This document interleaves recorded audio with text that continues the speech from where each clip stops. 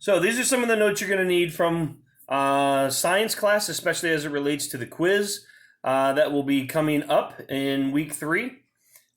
This is the scientific method. So first of all, you always want to start by stating a problem. Notice the very first problem you want to state it. For example, my bicycle is flat. That would obviously be a problem. So in order to solve the problem, we gather some information. In gathering the information, we notice there should be at least 3 different things, such as the valve released air, the tube has been punctured and released the air, the rim is bent and released the air. So obviously the tire is in a bad way. So from there, in the scientific method, we make a hypothesis. Well, the rim is bent and the air in the tire is released. From there, we can draw an experiment. A couple of ways that you could experiment.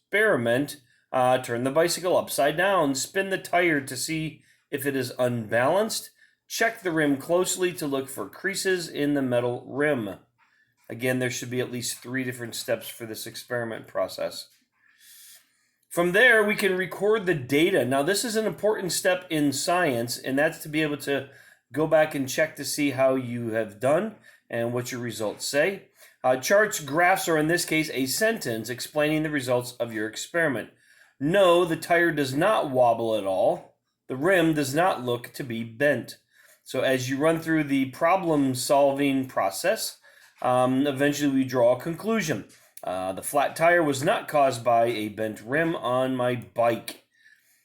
Now, when running an experiment, there are a few key steps that need to be made aware. First of all, what's called the independent variable. This is the one thing that you, as a scientist, can change.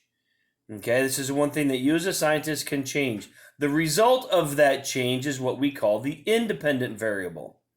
Okay, the result of the change that you made is called the independent variable. Now, there are some things that should remain constant from experiment to experiment. Those are, of course, called constants. And a control is what we would expect things to be. It's the norm. Okay, it's the absence of any change in the variables. It's kind of what we would expect based on previous observations and previous experience. So I hope that helps. If you have any questions, please let me know.